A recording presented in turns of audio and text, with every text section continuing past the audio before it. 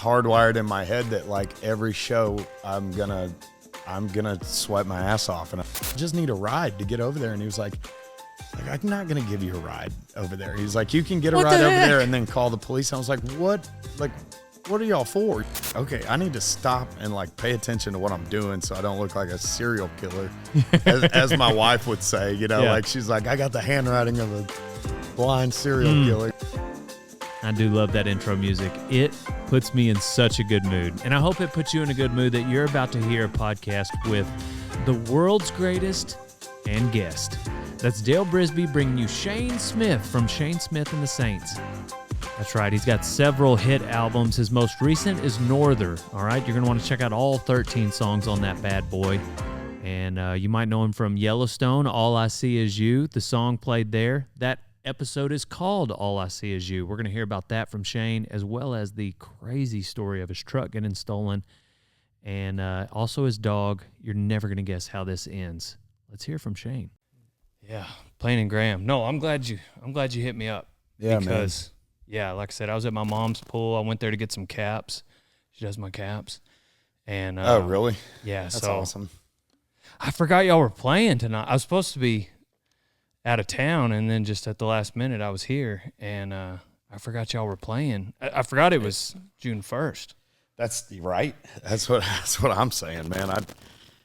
Lauren, she's about to have our first one, and it's supposed to be end of June, and now it's like been pushed back to I think June the 11th. They were gonna induce because he's like big already. So. Yeah. That's exciting. I mean, it's like right here around the corner. So it's not cool being away from home right now is like I gotta watch it. You gotta watch it for sure. Oh yeah. So do you have some shows coming up that are touch and go as far as June 11th? Yeah. I mean, we have one private event in Bozeman that is it's like a 3-piece acoustic thing that me, Bennett, and Dustin are supposed to fly out to and then fly right back like after. But it's like right there, on that threshold of we're just going to have to play What's the day? one day at a time. I think it's a Saturday. But I mean, what day of the month? It's the 7th, I think, of June. Oh, but if they're inducing the 11th. I know, but I'm telling you, dude, she's big right now. So I don't, we'll have to see. It's like taking it one day at a time at the moment. Yeah. At least I don't know, because if she was the due date then. But surely for that one, maybe you'll phone a friend, do a PJ or something, a private jet. Yeah, dude, you know what I mean? Like I've got we've got a few buddies that have them, and it's one of those deals. I need to call in that favor just to be like, hey, right, exactly. What would it cost just to get fuel and a pilot or whatever? Just to be safe. But right, God, how cool would that be, man? Having like a King Air or something, just to, dang, just all the time. You and your homies, I went to pick up a gig, just like, let's just fly in, fly right back home. Like it would be incredible. Well, I for the first time ever, I flew private with a friend, and it was the Steiners. I don't know if you know the Steiners there. And I've never gotten to know them, and literally I live like right across the lake from them. Their place down in Austin. Yeah, down in Austin. We're like right out there. You would love them. They're such good people. Yeah, they seem awesome. We went to Nashville, and I texted Sid. I was like, "Can I carry?" He was like, "Yeah, if you want. It don't matter." And so you just walk on the plane. I was like, man, this is something to get used to. This is a whole new world, And then just, it takes out, the 2 hours before the airport, 2 hours after, all that. Anyways, enough about private jets. Do you need some caffeine? Dude, I'm good. Okay. I'm good. Yeah. I appreciate it. I might get one after at the end. But. Yeah, I'll let you take it. This is Live at the Red Rocks. This is your first live album, you said? Yep, first live album. I say that. So first live record that has an audience. Gotcha. We did, during COVID, we did that Live from the Desert thing because we were just trying to, keep the wheels on. Right. It was like, I mean, we were doing like those Facebook live stream things. Yeah. And we essentially wanted to do something cooler than that. And so we went out to Terlingua with a generator and a film crew, and we filmed that thing called Live from the Desert, and did like, I don't know, it was like 15 songs or something like that. And but you know, there's no audience in that. It's just out in the middle of nowhere, which is really cool. But this is our first one to do like a live concert. Is this in New Mexico? Nope, it's in Colorado, Morrison, Colorado, which is, you know, it's like, I guess 45 minutes outside of Denver. Yeah. Like southwest of Denver. Okay. I'm pretty sure.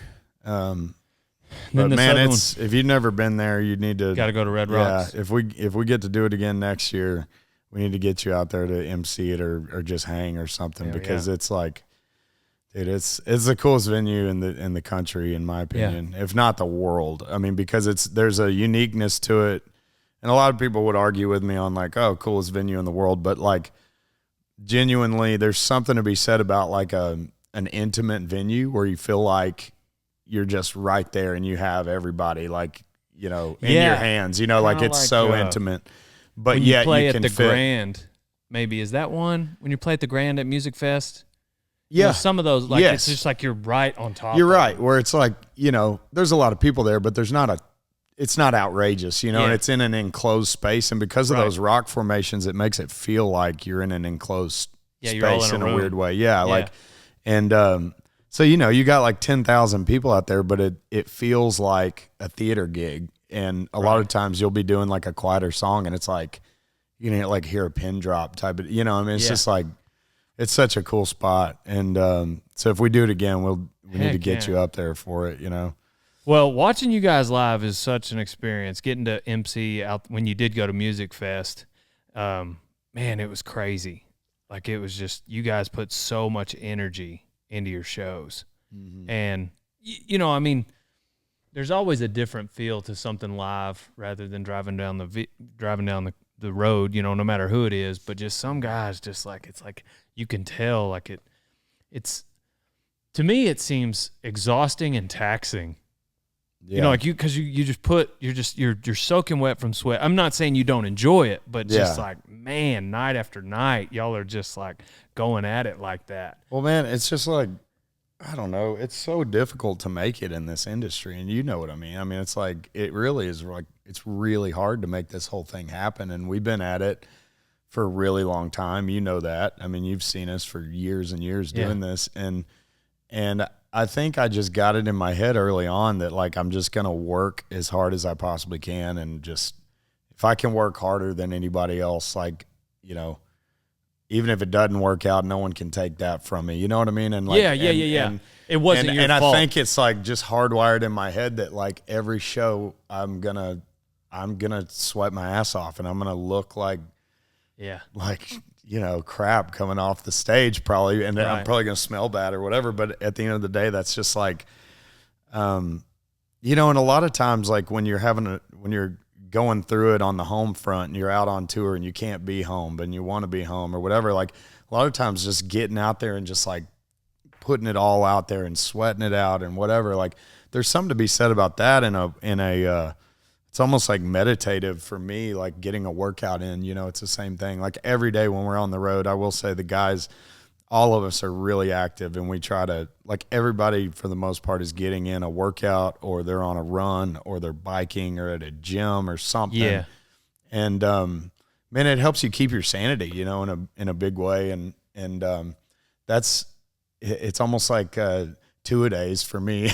You know, it's like I'll get the run in during the day or a workout or whatever, and then it's like you put it all out there for the show, and sure enough, you got like another 90-minute cardio in by the time it's all said and done, and then you sleep like a rock. Yeah, you get those endorphins out there and everything else, and then it definitely helps with the sleep as well, you know. Well, I got a lot of questions.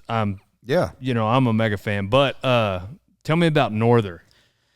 I know it just came out. Yeah, so it just came out. It's the first album which is kind of crazy to say, but it's the first album we had put out in, I think, like 5 years since the Hail Mary record. And a lot of these songs, it's not like we wrote these things like in the last year or so. I mean, a lot of these go back, you know, that song, It's Been a While, that's on this record. I have a voice memo of that on my phone from like 2015 or something like that. And I mean, so a lot of them are just like old voice memos that I've had notes on and I've worked them, and then they weren't ready for the Hail Mary record. And so then it's like, okay, back in the back burner, out of sight, out of mind. You don't even think about it. And then all of a sudden it's like, okay, we need to get to work on a new record. And so I'll do a deep dive back into those memos and those notes. And sure enough, I'll find like an old song. And I'm like, oh man, like, we got to finish that. And so it's like some of those are from the vault way back and then brought back out. And so it's a hodgepodge of songs, but it's a really cool sounding record. I think it's the best sounding record we've ever put out, for sure. Well, I mean, that makes sense because like Hummingbird, that was a single you put out, wasn't it? Yeah. Like a little while back. Yeah, we did that. We did Fire in the Ocean as well. And those were like coming out, you know, 2 years ago or something like that? Like that was during COVID when we were rolling some of those songs out. And so it's a big mix of some songs that people have been hearing for the last couple of years, you know, technically through that. And I'm trying to think. There was another one also. It was like Hummingbird,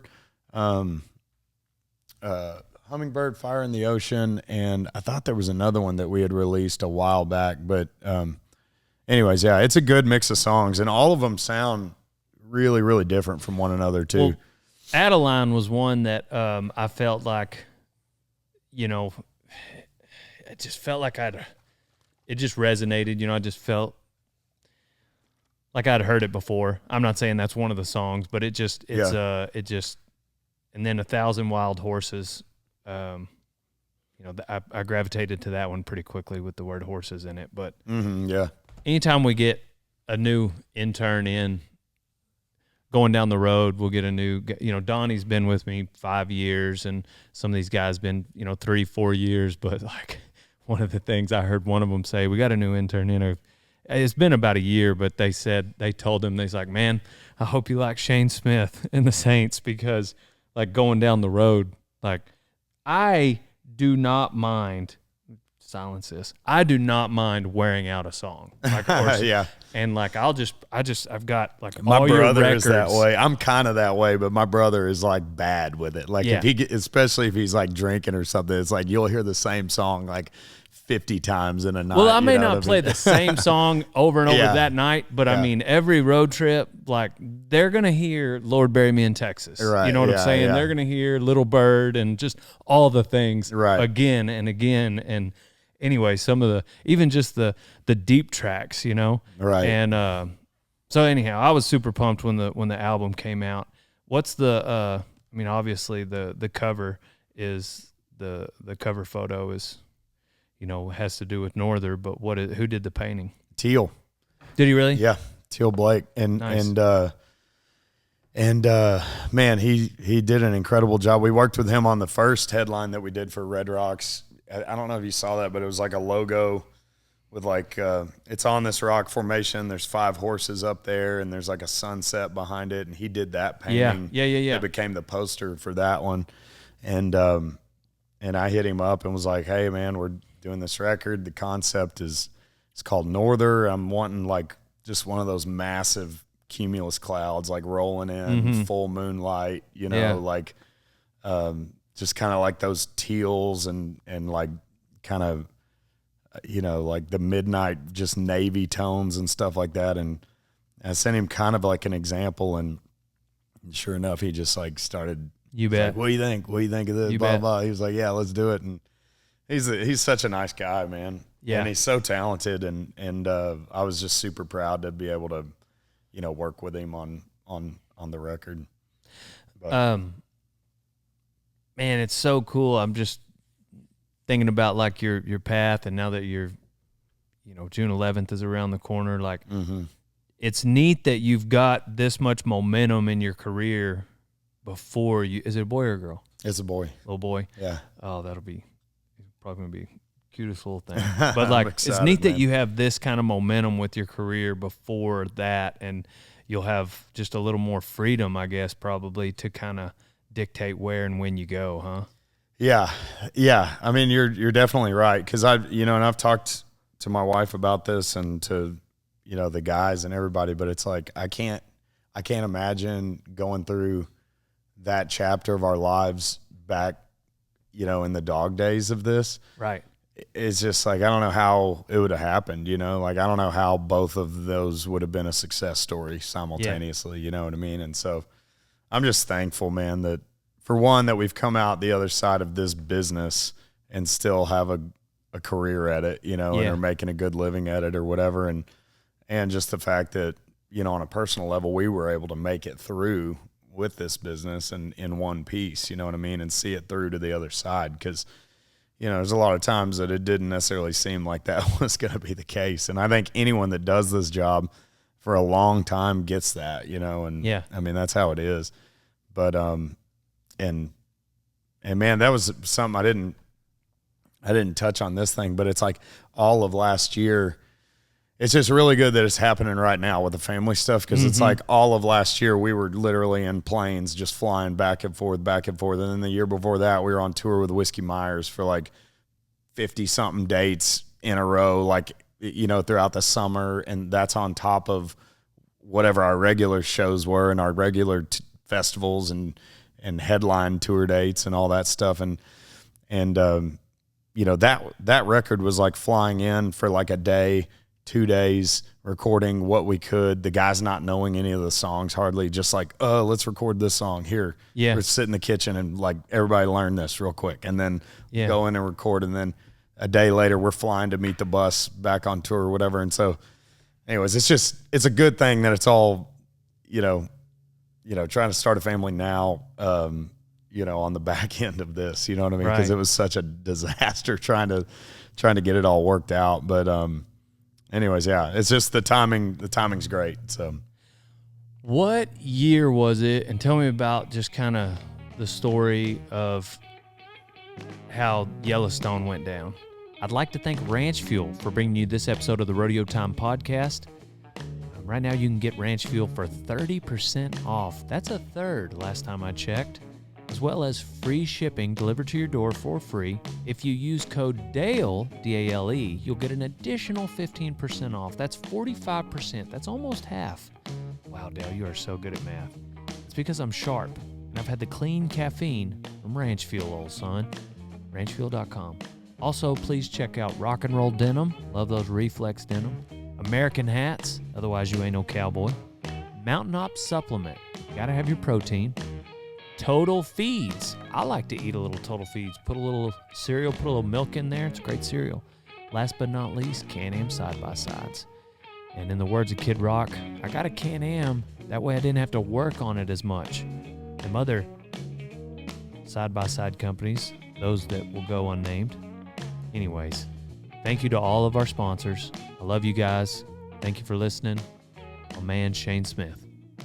Man, we had never had anything on TV or film or anything like that. We had never been featured on like a local car commercial, like no one had used our stuff anywhere. And we got hit up by Avon, who works with Taylor Sheridan on a lot of his projects, like as the music supervisor, and she works on a ton of other projects as well. But anyways, they had reached out and said, we want to license All I See Is You for 2 episodes. And anyways, our manager was like, okay, well, we were trying to get details on it. And she was like, and we're going to give the band a name shout out as well.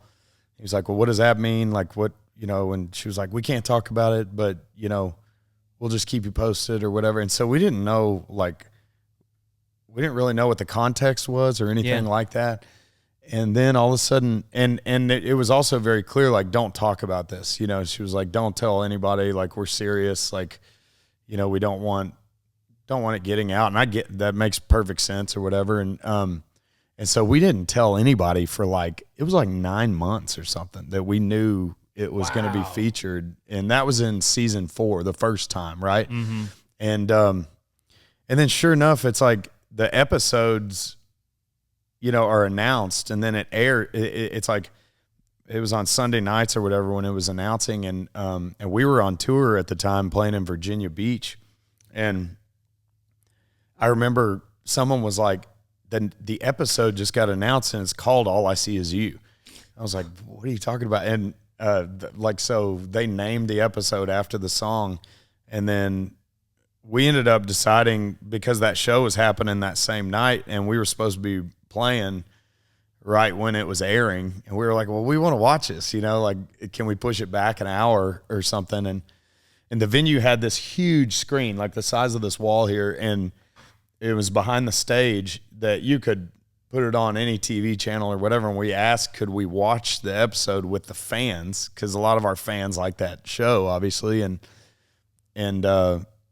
we just want to see it go down, and then we'll play the show right after it. And they were like, yeah, cool, no big deal. And so we watched that whole episode with the fans just hanging out in the crowd. Neat.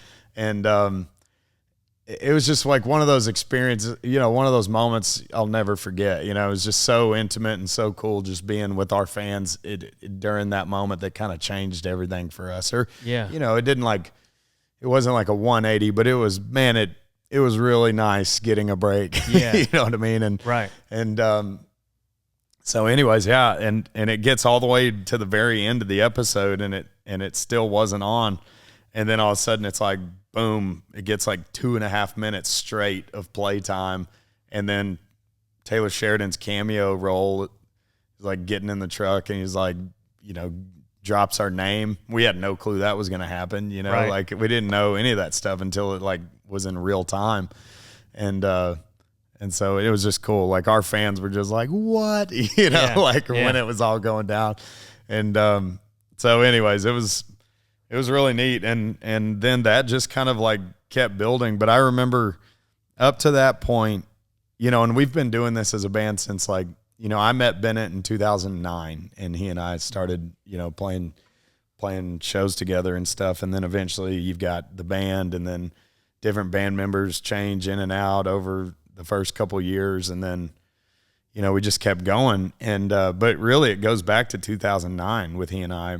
And, anyways, it's, I just, I don't know. During the course of all of that, we had never had a break. We had never been with a label. We had never had a sponsor, and it took such a tough effort to build up what we had up to that point. And it was like we were at 250,000 monthly listeners on Spotify, I remember. And that was with we had never been featured on a 250,000 monthly listeners on Spotify. And that was with no playlist ever. No, we had never been on a single playlist on Spotify. And that was just touring. And I remember whenever that happened, it went to like 700,000 overnight. Dang. And, for us, it was just like, what is going, right. it was just a huge deal for us. And then it was Shazammed. It was like number one on Shazam, which I had never even used that app. Yeah. You know what I mean? And then all of a sudden, like, 24 hours later, after our manager Brian is like, you need to download this app if you don't have it already and look at this thing, because it's crazy. And it was like number one, and then it was us and like Coulter Wall, and then I think it was Taylor Swift on her release week for her album, and then Adele. And it stayed like that for like 3 weeks or something. It was number one out of everything. And it was just like, going from like never experiencing anything like that to that was just like, it was really, really cool. What year was that, 21 or 22? Man, I keep mixing it up in my head. I feel like it was 20. I thought it was 21. Late 21, because I feel maybe? like I thought that we were in the middle of that tour with Whiskey Myers whenever it happened. I thought that we were like coming off of that tour. But I could be wrong. Maybe it was 22 that we were with Whiskey Myers. I don't know. It's like, it's crazy because I feel like it all blurs together. After like 2019, when we hit like rock bottom with the bus fire and all that stuff, it's like I can't differentiate like years anymore. It's so bizarre. But that led to just so much other cool stuff like coming out of that, because then, before you knew it, we got to know Taylor personally, and like we were going over to the Bosque to do a cutting event. You know, we'd like play an event for him, and then he wanted us to play an event in Vegas for his Run for a Million, you know, cutting event, and then we were entertaining the Paramount folks. They needed like a band to entertain like all the executives and stuff for Paramount up in Montana, you know, as like a thank you for their support and the partnership and everything. And so we were like just kind of the band being tossed around within the Yellowstone world, you know, and when you do that, you get to know all these other figures like Ian Bowen, and he and my wife and myself have become really good friends, and just a lot of these different characters from the show, and a couple, you know, friends from Paramount now, and then that leads to other gigs, and then Cole Hauser had us do one or two events for him, you know, and it's just like you know how it is. It's like the second you start getting to know some of these different people in the industry, it's just like it leads to something. Yeah, when you have like a decade of experience of the opposite of that, of not knowing anybody, you know. Man, that's so. I've got a friend, and he's fighting bulls for 10 years, and before he made the NFR, and we were talking about it, and it's just like, man, it's so cool. Would you, starting out, you know, how many people would have, you know, like, because that's the ultimate goal for Rodeo Cowboys is the NFR, and it's like, would you have gone down this road if you had known that it was going to take you a decade to accomplish your goal? You know, and some people, I don't think maybe they wouldn't have, you know, or it just depends. But just to think about, like, it's going to take 10 years of really hard work, and then you'll catch a break. Or for you, 12 from 09 to 21. It's going to take 12 years, and then you'll catch a break, and you're still going to have to work hard after that. Right, yeah. But, you know, you're not going to be the new kid on the block anymore at that point. You know what I mean? And there's always newer, younger bands. Yeah. And it's like, and then it's such in the entertainment industry, it's kind of like you're kind of always on the chopping block in terms of like relevancy. You know what I mean? But fortunately for us, we have like the best fan base in the world, and they really are like family for us, and they got us through so much of those hard times to where it really does feel like just like lifers, you know, to me. It doesn't feel like a trend in any way at all, you know. And so the fans that came from that? No, just the fans that we have. The fans in general. Yes. Yeah.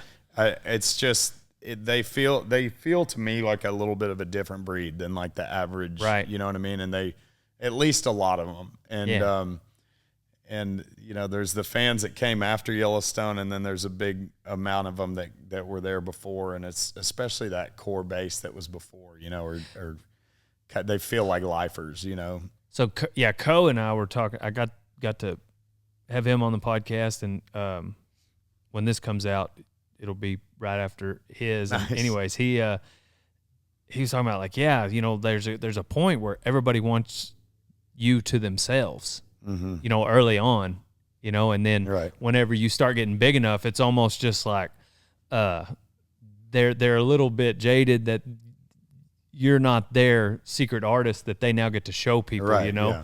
Yeah. And I guess to me, whenever I saw the jump with you guys after Yellowstone, I was more frustrated, like, that's what I've been saying, you know, like, why is this a thing now? Like, this should have been a thing all along, you know? And anyway, that's just that. It was neat that you guys, I felt like, we're finally getting the recognition that you deserved all along. But well, I appreciate that. And that, I mean, honestly, we felt a very similar thing of, like, you know, you get featured on that show, and then all of a sudden you're on like 6 Spotify playlists, and it was kind of like, oh wow, you know. And these are songs that have been out since, like, you know, All I See Is You was released in, I think it was like 2015. You know what I mean? It's like, it's a 9-year-old song, you know. It's like, and whatever. I mean, whatever it takes, you know. It's like, I mean, like, it's crazy to think we're just thankful for whatever, you know, we can get. So it's crazy to think you almost didn't cut it. Oh yeah, we were very good. I mean, it was a Valentine's Day gift to my wife, and Bennett had come up with the idea because we were completely broke and didn't have didn't have much money to buy like Valentine's Day gifts or a bunch of roses or whatever. And Bennett came up with this idea, and he was like, hey, I'm writing a song for my girlfriend, and I know that you know how to record demos on your laptop. He's like, so can we go over to your house and try to record this? And I was like, yeah, sure, whatever. And then, I get off the phone with him. I'm like, man, dude, if Bennett's doing this, I should, like, what am I doing? Like Valentine's Day is like in a couple of days. And so anyways, I sat down, and it was weird, but ended up writing that song. And when you wrote it, did you feel like, dang, that could be a hit? It just, yeah. I mean, it's like, it's weird because I'd written a song Quite Like You years and years before that. And I've always been drawn to that chord progression. It's like that E minor C G run, and I use a capo all the time on, and in another key, I think it would be like A minor F C or something like that. But like that run of chords, that progression has always been something that I've been really drawn to, and it's in a ton of our songs. Like it's in Little Bird, it's in Quite Like You, it's in Canvas, it's in like tons of songs, that run of progression. Yeah, now that you mention it, because All I See in You and Quite Like You are just, I got to listen to them back to back. Yeah, well, they're in the same key. I mean, it's like the same type of vibe, but it's obviously, they sound really different, but I'm just like, when I'm writing, you tend to go back to certain things, you know what I mean, that you're comfortable with and that you like. And anyways, it was one of those things that just like it came really naturally, and it's also one of those progressions that like has been used millions of times. You know what I mean? It's like that. It's weird because a lot of songs are like that, where it's like you feel like you've heard it before or whatever, and it's like, and that's kind of like the summary of music, or folk music especially. It's like it's that same. A lot of them are very similar, with the chord progressions, but it just came really natural to me because that's those same kind of chords that I had been using before. And whenever I sat down and was working on it, it was like the lyrics and everything, it was just very, very natural, and it came so quickly. Certain songs you got to work on for a long time, and then other ones it's like you're vomiting out. Yeah. You can't get it out fast enough, and it's just so natural, and you're just You think maybe like, well, obviously like your motives and the reason you were writing the song helped you come at it from a different angle? I mean, I guess like maybe when you're talking about someone you're so close to, it's just like it's much more natural to just communicate straight to them how you feel about them or whatever, How long? So you had told me once, like, you don't necessarily you're not necessarily supposed to record a gift. So how long was it just a gift to her? Man, I would imagine at least probably 2 years or so, something like that. I mean, it was, I don't remember what year it was that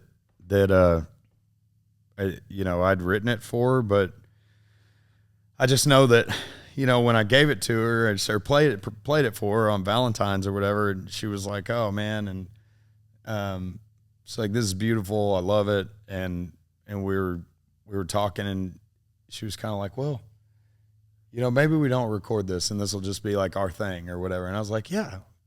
I mean, it's yours, it's your, wrote you a song. It's yours to whatever you want to do with it or whatever. And then all of a sudden we get in and record the Geronimo album, and we're kind of looking at each other by the end of that record, and we're like, man, we really need another track on here that's like upbeat and kind of gives this thing more life and more energy. And then I was like, man, well, there's that one song. I talked to her about it. I was like, what would you think about us recording that? And she's like, well, like, I get it. I guess record it, but maybe don't put it on the radio. Maybe don't do it as a single. It can be like on the record, but it won't be like, out there in the world. Yeah. It was just like, how that turned out. Yeah, once you let literally that week out of the one bag. of our first radio promoter, and she's Angela Lampton was her name, and she hits me up immediately and was like, Okay, well, All I See Is You is the first radio single, 100%, hands down. Then we're thinking this, and I was like, oh, my God, how am I going to, and then I had to talk to her again about it, and thank God, man, she was so cool about all of it, and we got it. We just came to an agreement, but, I mean, it's changed our career, I mean, it's been the thing that gave us wings for this whole endeavor. Yeah. Yeah. Well, it's a cool song. I got the handwritten lyrics when they came out, so that was cool. I appreciate that. Man, I need to do that again. I'm getting all soft and lazy. Well, like I did it for a while for like Christmas, and I would do those handwritten lyrics. And man, you write 200 of those things and tell me how you know what I mean? Like, especially your handwriting is so consistent and clean. Like you have really nice handwriting. Like mine, everyone would look different. I have the most inconsistent handwriting. Well, dude, that's how it was when I first started writing them. And I realized like, okay, I need to stop and like pay attention to what I'm doing so I don't look like a serial killer, as my wife would say, like she's like, I got the handwriting of a blind serial killer, it's hilarious. Like, but, yeah, she should be a stand-up comedian, by the way. Oh, dude, she's so quick and witty, man.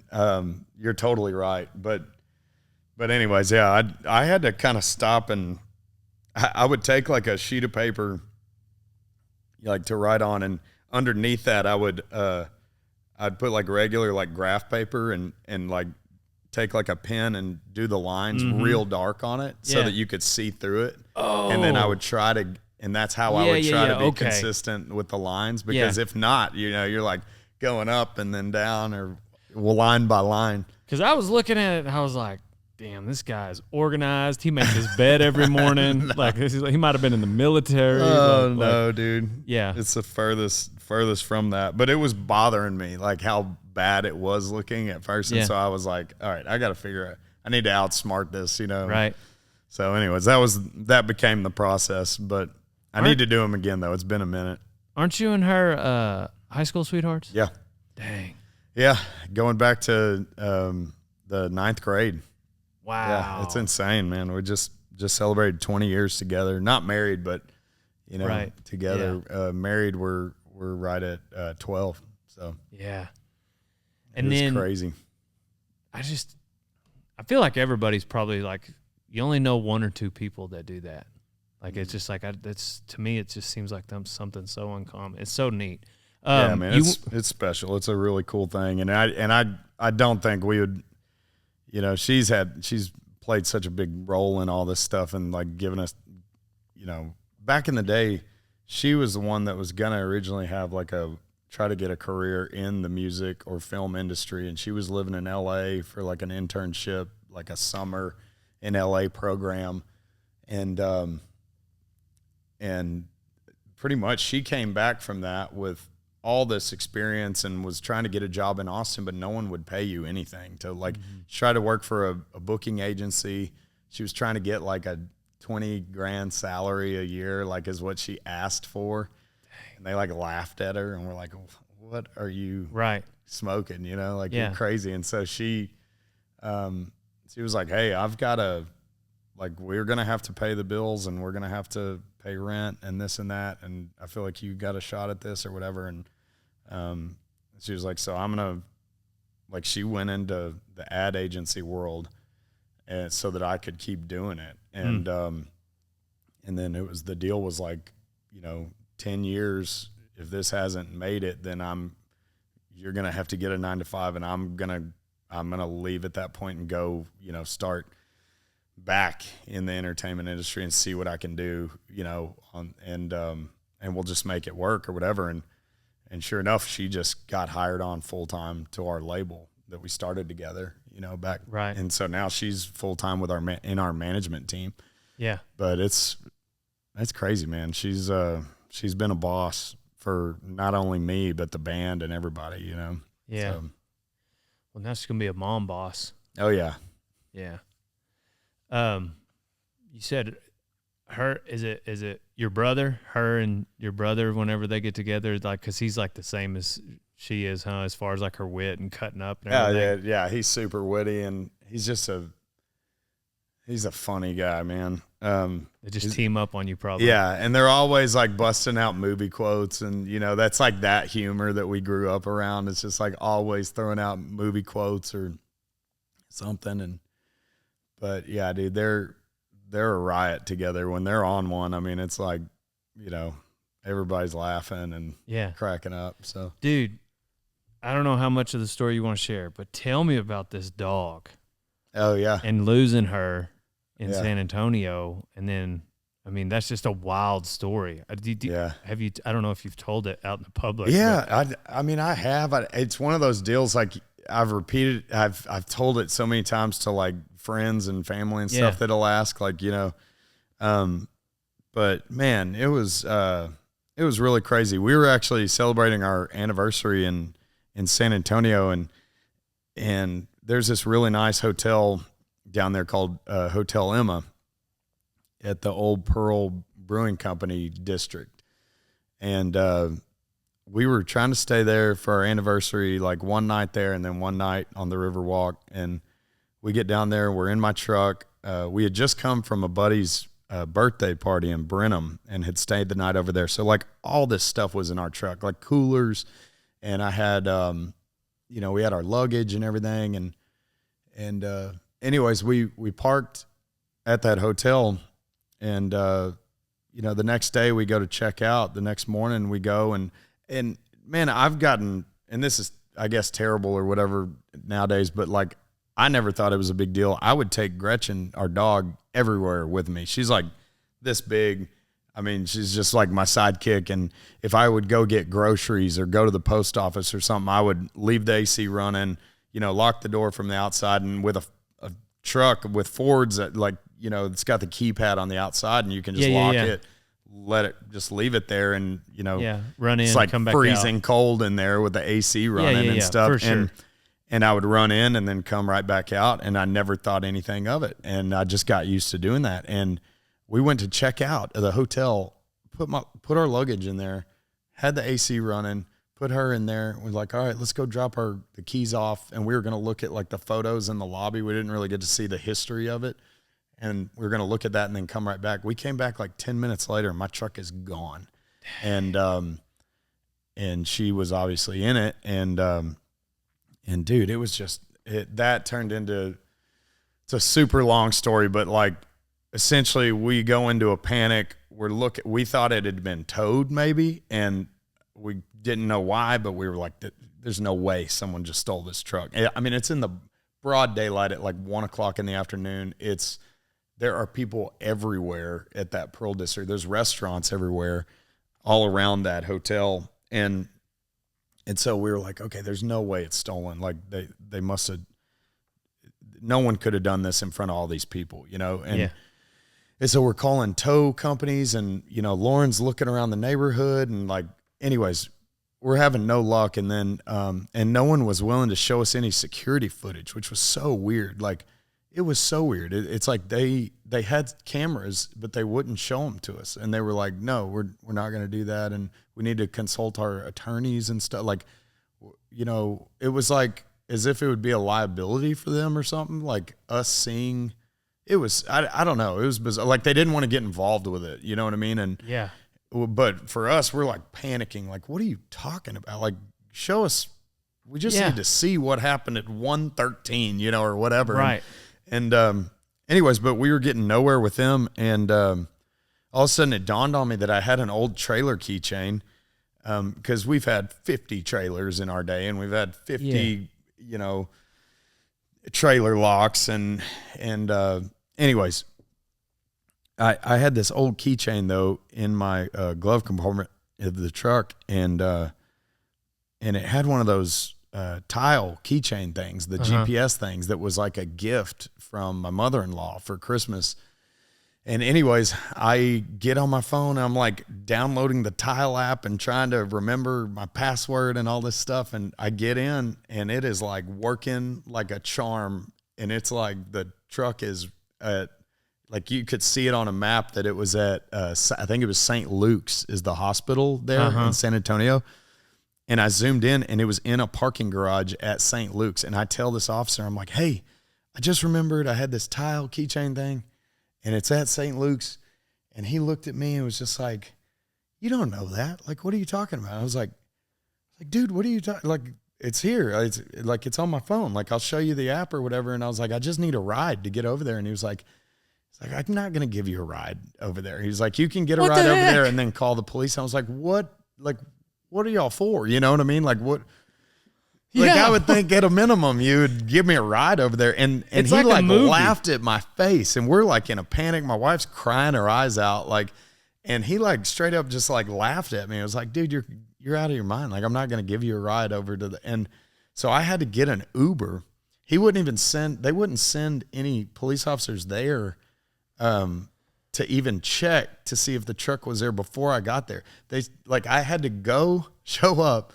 And like, I didn't know if someone was going to be there with a gun or whatever, or like, of course. And I had to just show up to this parking garage and go all through, jog the parking garage levels until I found the truck. And sure enough, it was there with like the door cracked open. All of our stuff was everywhere, or it was gone. And there was like some clothes everywhere. And the dog wasn't in there. Gretchen wasn't in there. And so, then, and this is like hour 4 or something, or hour 3 or something into this whole thing. And then, so with that tile app, like you could go through and see where all they stopped and where all they went, and, it'll send a ping anytime it's near another tile user, and you'll get like a dot on a map that it was like, that we know it was here at this time. And then you'll get another dot where you would pass another tile subscriber, 200 yards down the road or whatever. And so it had all these, like a trail of dots, and one of them was at this at this shopping center called the Quarry in San Antonio. And we sent,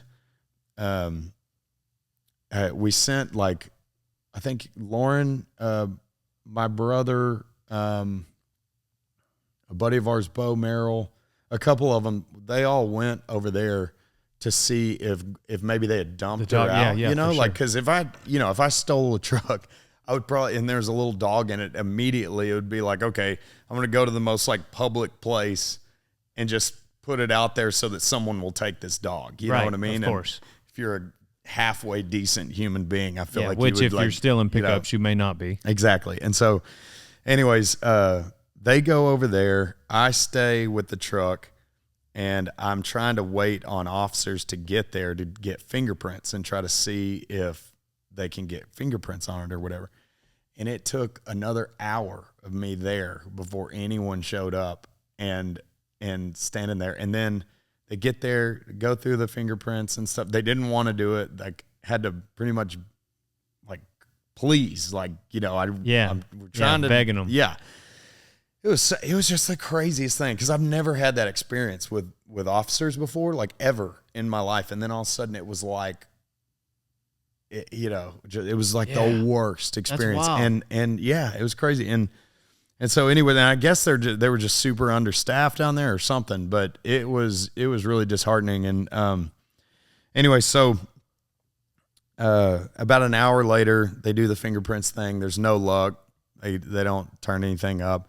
And they were like, we can either put a boot on the truck and you can leave it here, or what was it? It was like, or no, they were saying you can either have it towed right now and call a tow truck and get it out of here, or you can get a locksmith. And I think the locksmith, it wasn't available till the next day or something like that. Like I'd tried to call several locksmiths. And so anyways, I was like, well, will you put a boot on it so it can't go anywhere? And they were like, no, we can't put a boot on it. I was like, I thought y'all did that all the time. Like, I just need to, put a boot on the truck so they can't steal it again. Cause they had the keys. The keys weren't in it. I couldn't drive it out. Yeah. And I didn't have any spares or anything like that. And so anyways, I couldn't get a boot on it. And so I finally end up, I was like, you know what? Forget it. I'm going to leave it here and take my chances. I'm going to ask the security guard, like the toll booth guy at the parking garage, like if he'll make sure this thing doesn't leave, like just leave the thing down. If this truck tries to leave, don't let it leave, and you call the police or whatever. And that's what the guy said. But I ended up getting more of those tiles, and I cut open the upholstery behind the back seat and just dropped them all in there. And I was like, they're going to come back for this thing, and, you know, and hopefully we'll be able to figure out where it is or whatever. And sure enough, at like 11 p.m. that night, I got a ding on my phone, and it was moving. Toll booth guy he just let it through or whatever. And, which made me feel like there's a lot of people in on this. Like, it goes to this one parking garage with this one toll booth person, and then he doesn't stop it whenever, you know, he clearly knows what just happened, and we spend hours with him and all this stuff, and then it just is right out the door, like no problem. Yeah. Makes you feel like a lot of people might be involved with this, and that's where they stage it every time, because apparently that's – with boosting cars, that's the way they do it nowadays, where it's like everyone's got a job. There's a guy that boosts it that can be in and out of it. Once we did get to see the security footage on ours, that truck, from the time the guy walked up to the truck to the time it was out of the parking lot, was 17 seconds. Whoa. Yeah. Yeah. And there's like the guy that does that. And then there's the guy, and he'll take that to a parking garage and let it die down for like a couple days or a week, to where it's old news to police and stuff. And then someone else will come, and their job is to transport it from there to like a ranch in South Texas, and it'll sit at that ranch for a couple weeks. And then there's another guy that'll get it from the ranch into Mexico. You know what I mean? And like, because it's like and anyways, I'll get to this at the end, and I'm sorry it's taking a long time, but it really is. I mean, it's a really long ordeal. No, it's interesting. But anyway, so like what I was getting at is 11 p.m. that night, I get a ding on my phone. My wife, my brother, our buddies, they have no luck at that shopping center finding Gretchen, our dog. And so everybody's pretty disheartened, and we keep looking around. We try to follow like where the truck is going, but you'll just get a pin drop, and then you won't see it. At this point, it was like we wouldn't see it for like an hour and a half, and then we would get another pin, and it would be on the opposite side of town, and then we'd get another one 2 hours later. And so it ended up being about 4 a.m. We were finally calling it, and we were going to go to bed because we had been to apartment complexes where it showed it had been. We had been to gas stations where it showed it had been, and had no luck with it. And so we were finally just going to try to get some sleep and then get up the next morning. And by this time, it had gone like viral on Facebook. And because the dog. Yeah, you were missing your dog. Yeah, I did a video right when it shared happened. It too. I made a video right when it happened, and I just like threw out this big number, of a reward that we were going to offer to try to get the attention of like news and people like that to get involved with it, because we figured that's like the only way that's going to happen.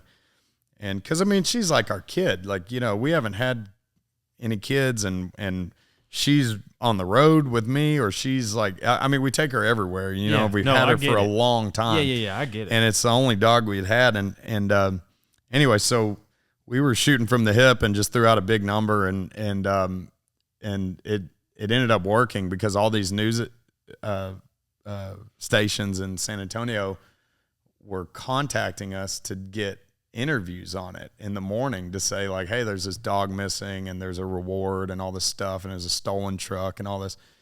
And so sure enough, it gets to be like 4 a.m. We're going to bed. I get another ding on my phone that it popped up again, the GPS thing. And so then we get up again, go look for another hour and a half. Didn't have any luck. Finally went to bed at like 5:30 or 6 a.m.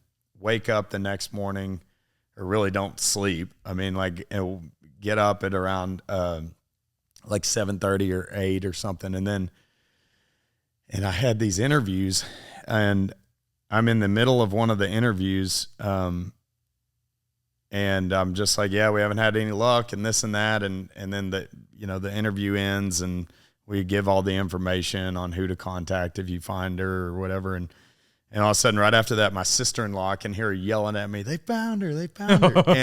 And some girl had gone on a hiking trail in San Antonio early that morning and was walking down this trail, and she said that she saw like off of the trail, like 20 yards, 30 yards back, she saw these bushes like shaking, and she couldn't figure out what it was, and it kept catching her attention. And so she walked over there, and she saw she was like, it was Gretchen they had like tied a leash around her neck, which she had said zip tie, but I think it was like a language barrier or something. It was one of those zip leashes. Like, gotcha. That's like yeah.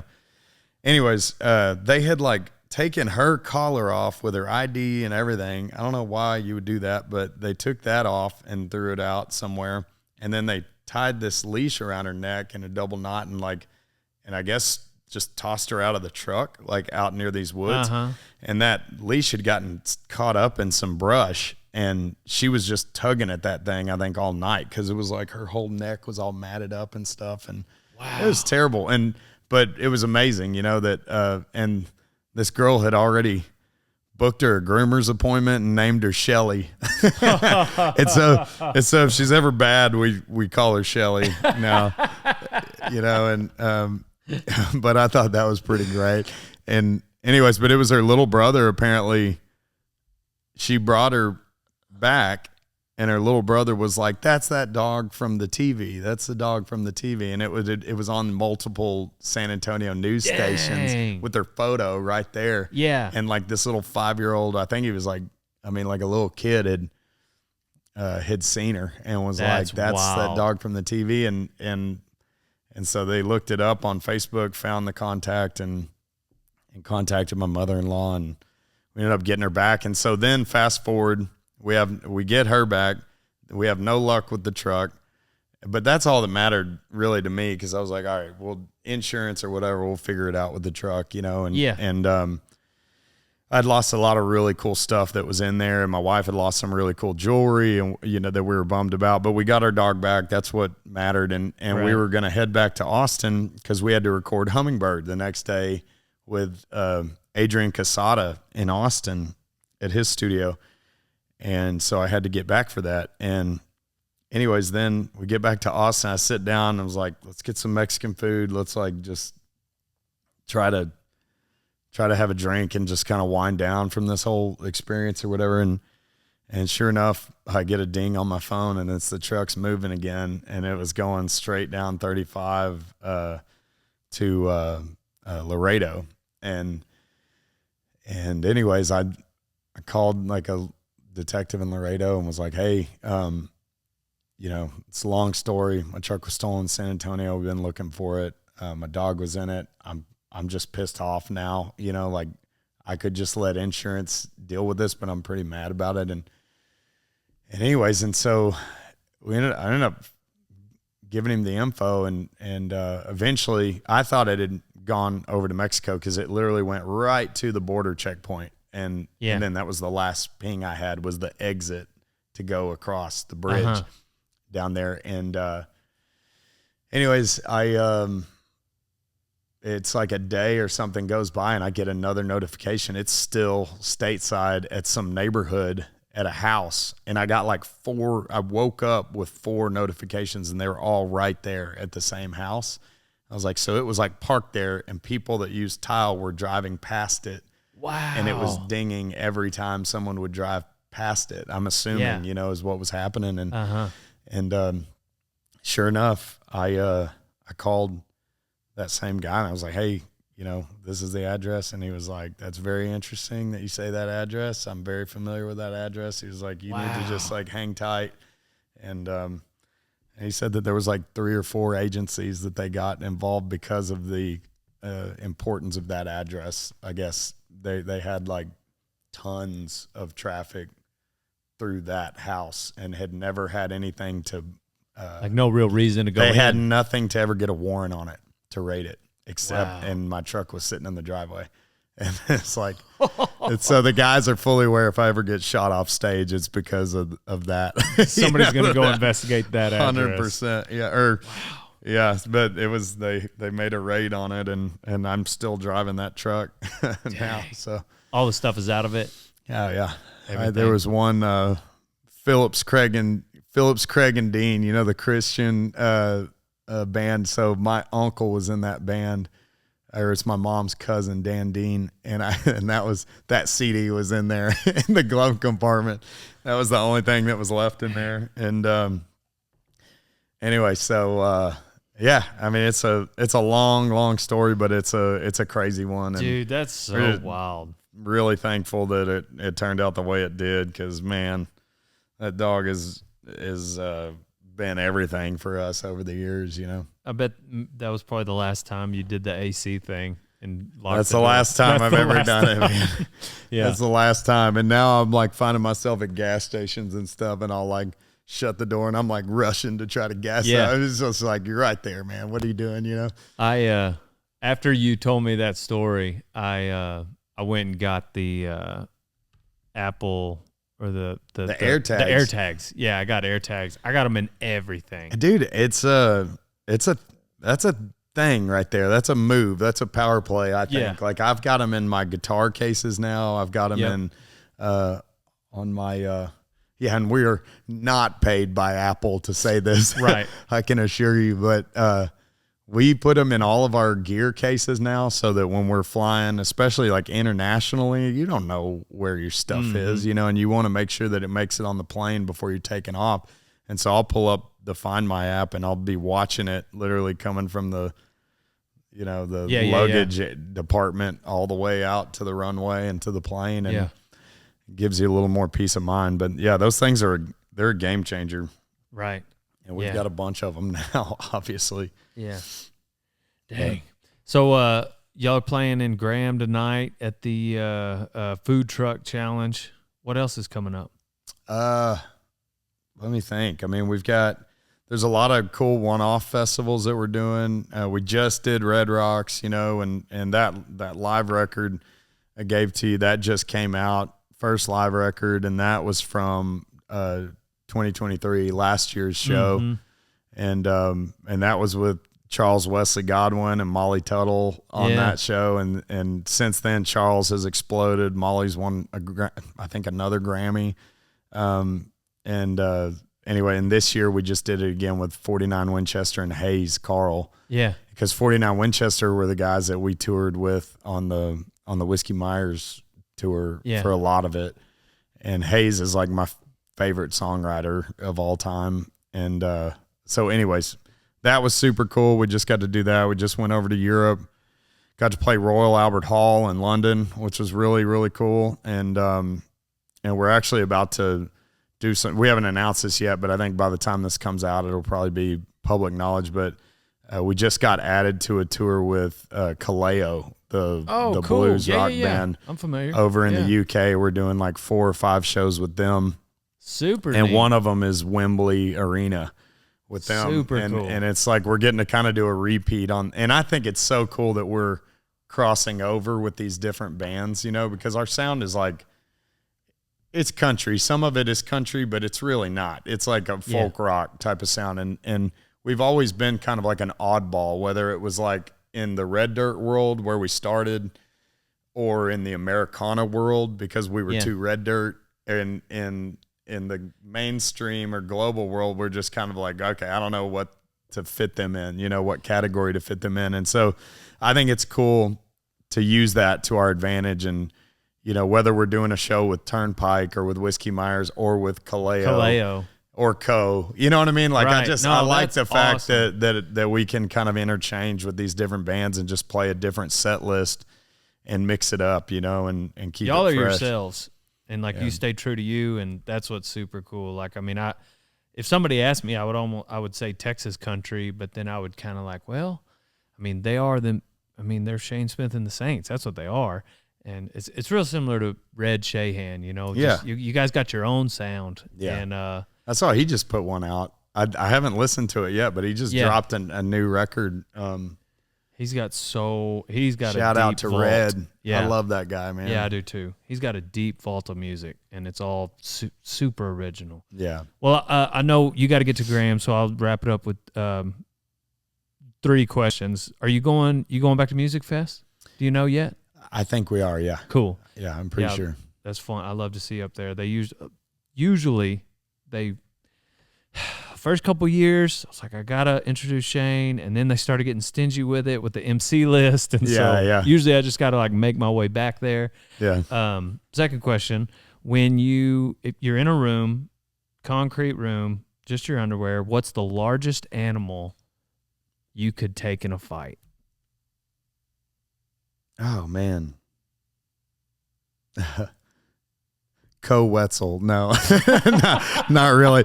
He and I actually just, dude, he messed me up, dude, in Canada after a show. We were playing with Eric Church. It was us, and Eric and them, and we had like a pretty wild night, and it ended up in everyone wrestling like a cage fight, like one-on-one, and people throwing bets on it on his bus that night. I swear to God. And apparently Do you take him? I can't. No, I think I lasted a pretty decent while, but I messed up my rib. It was a whole deal. My wife is limiting the amount of times that he and I can hang out anymore. So he told me he could take a walrus. I don't know about that. I don't know. You grab the teeth or something. Just try to, man, I don't see it, dude. I don't know. I would say I feel like I could, man, if you took the claws out of a mountain lion, it'd be a good, like, just like. Or if he's just got pillows on his hands. Exactly. Okay. Yeah. That might make sense, but that also isn't fair. That doesn't count. I don't know. I feel like, man, that's pretty tough. Kid Rock said a possum because raccoons have too much dexterity. Oh, that's an interesting thought. That's an interesting thought. I definitely think I could take a possum, but I wouldn't want to. Possums freak me out, man. They are freaky looking. We caught one when I was a kid, and it had, I don't know if it had rabies or what, but it was just like, it was drooling from the mouth, and it was biting at the cage, and anytime you'd go near it, it was like trying to get you, and dude, it just stuck with me. Like, I mean, I feel like I wouldn't want to mess with that. You'll let Kid Rock take the possum. Yeah. I don't know. Maybe a raccoon. I would scrabble with a raccoon. We'll go with that. See how that goes. Let Kid Rock take the raccoon. Wetzel, you can have the walrus, and you'll take the raccoon. Yeah. Possum, walrus, raccoon. Yeah. I think walrus is a bold move for to bust out with. That's a bold statement, Cotton. Last question, just any one-liner type advice that or just motto that you've kind of circled back to in your life. Man, I know exactly what that would be. It was something Ray Wiley Hubbard told me early on, and I think somebody else had told it to him that was significant. I don't remember who, but never, with songwriting, it's very easy to rush your way through a song and put it out there and feel like I've got to get something out there or whatever. And he said, never release a song that the 70-year-old version of yourself wouldn't respect, because you just might have to sing it all the way through your 70s. And it was just kind of like, man, that's pretty strong. And I think it's, if you can manage to have the patience to really like put a magnifying glass over your work, before you throw it out there, and try to put yourself in a much older version, much older perspective, to criticize it in a weird way, it's like, that's a pretty, and I feel like that would cross over for any decision that you make in life, you know what I mean? And so it's that one. I don't know that I'm ever going to forget that one. So, and I can't say that I've stayed true to it every time, but I at least try to. And there, there's some stuff that I don't necessarily love, that I've put out there and that we've released, but at the end of the day, I that just always kind of haunts me in a good way, so. Yeah. Well, cool. Oh man, there's so many other things I'd love to talk about, but it's hot in here, and you got to get to Graham. And we can do another one down the road. I'm sure we'll be back up here at some point in time. Yeah. Did you play college tennis?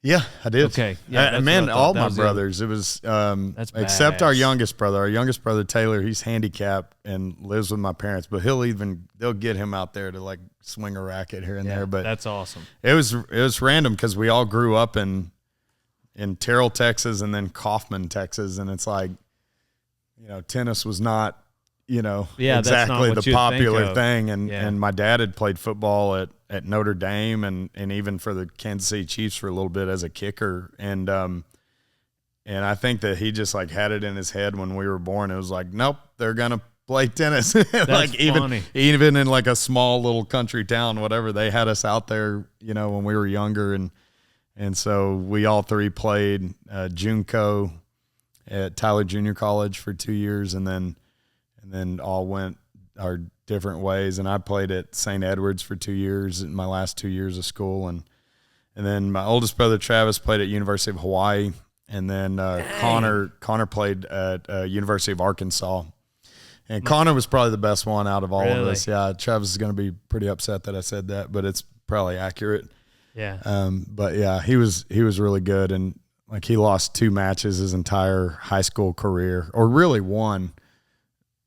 That, Yeah. the other one I think was in Mexico City at like an international, like a tournament. That's crazy. Yeah. Yeah, It was my wild. grandparents were NCAA referees, officials. Really? And they had us playing all the time we were kids. With tennis? Yeah. No kidding. I didn't Yeah, know that. Like line judges, and I mean up until they were too old to see. And where would Big this 12 all over. really? Tech and all college Okay, matches. and where did you grow up? Like, was it? In Memphis, Texas, up in the Panhandle. Okay, yeah, that's right. Yeah. My buddy Bo Merrill was telling me this. We played in Memphis at the country club. Oh, really? Yeah. Yeah. We've played up there like twice, and Perryton, Yep. and Canadian and all that. I was never good at it. My sister was, but I just always remember because I very much appreciate the sport. But anyway, I just wanted to ask that. But It's not easy, man. I hadn't played in like probably 2 years or something, and I feel like I'd be horrible if I picked it I bet up not. again. It's one of those things, like I feel like it's like golf or something. You take some time off and Yeah. you try to get back out there. You're like, oh my God, how do I do this? I bet you'd be all right. Yeah. Well, thanks for coming on. All you guys, check out Northern. Check out the live album. Shane Smith and the Saints. Dude, You've all this heard of thing, them. I'll show you this real quick. This is pretty awesome. Out of everything we've ever put out, this was definitely the coolest. I feel like the coolest thing we've done. They did, because it was a long set list, they did three different vinyl for it. And it's all like, let me pull this out. They did 3 different vinyl, and this is hand-drawn records. Support your local vinyl producer. Yeah, I got a few. Yeah, no, I love it. Hand-drawn they are so awesome, man. And anyways, they did some really cool stuff with this one, but it's Whoa. like 3 different colors of vinyl to like make a. Isn't that That's cool? super neat. Yeah. So, anyways, it's like I'm going to have to get a record player now. kind of like a little package deal. But yeah. Well, I got this one out of the package too. I'm gonna get you to sign it before you leave. man, that one's pretty cool too. That one's like a blue, kind of it matches the cover of it, but Right. it's got some really cool colors going on. Yeah. But yeah, man, I'm sure we'll be back up here eventually, and we can follow up, have another one. Heck yeah. I feel like talking about my dog. I took Dude, way too long. No, telling it's that, such a but dude, crazy I don't know story. I don't know how to get through that story any quicker because it's just like It's so crazy. a long ordeal. It's like a movie. Yeah. Gretchen and Shelley. Dude, and hey, those tiles, they worked, man. Those things. I'm gonna get some of those truck. too. I'm gonna do both of them. You might as well. I mean, they're cheap enough, to where there's kind of no excuse. Thanks, you're cheaper than a pickup. Yeah, no kidding. And apparently, it was. I didn't say this, but I feel like it was kind of obvious. But it was a massive cartel operation that was doing it. Yeah. And they had in the backyard where they found the truck was like, I think a bunch of trucks and a bunch of Apparently, like newer F-150s, and newer Fords in general, it's like the easiest thing to break into. Like it's like a flathead screwdriver. Just push it through hard. That's it. Yeah. The handle's like popped open. It's like that easy apparently. So, golly. Anyways, we'll be praying for June 11th. Hey man, I appreciate that very much. Thanks so much. I'm very excited. Yeah, dude, absolutely. Anytime. Yes, sir. It's good catching up with you. All right. On to the next one, everybody. Check out Shane Smith. Yeah.